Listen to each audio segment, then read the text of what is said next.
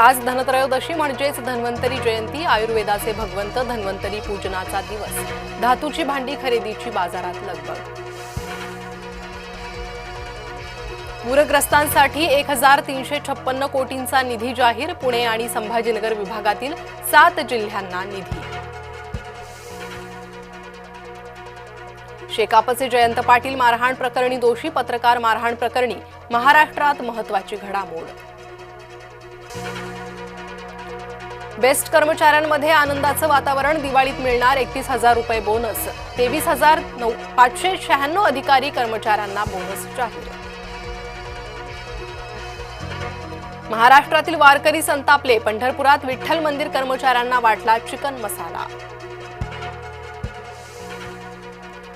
Railway आरक्षणाची website कोलमडली, दिवाळी आणि छठ निमित्त प्रवास करणाऱ्यांची मोठी गैरसोय।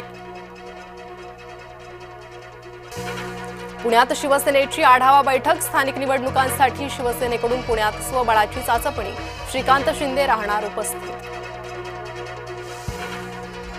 कुणाला ताटातले हिरावू देणार नाही, धनंजय मुंडे यांचे मराठ्यांना आव्हान। जरांगे नव्हे दरिंदे पाटील, छगन भुजबळ यांचा आजवरचा सर्वात तीक्ष्ण हल्ला।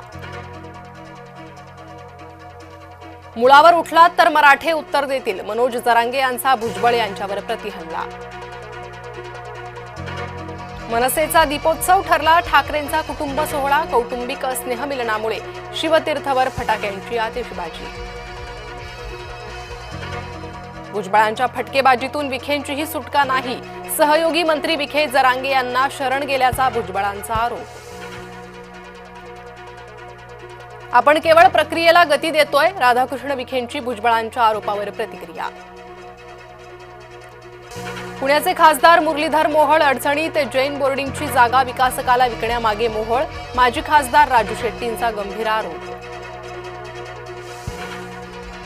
राष्ट्रपती भवनात दिमाखदार सोहळा, साप्ताहिक सुरक्षा रक्षक तुकडी बदल संपन्न।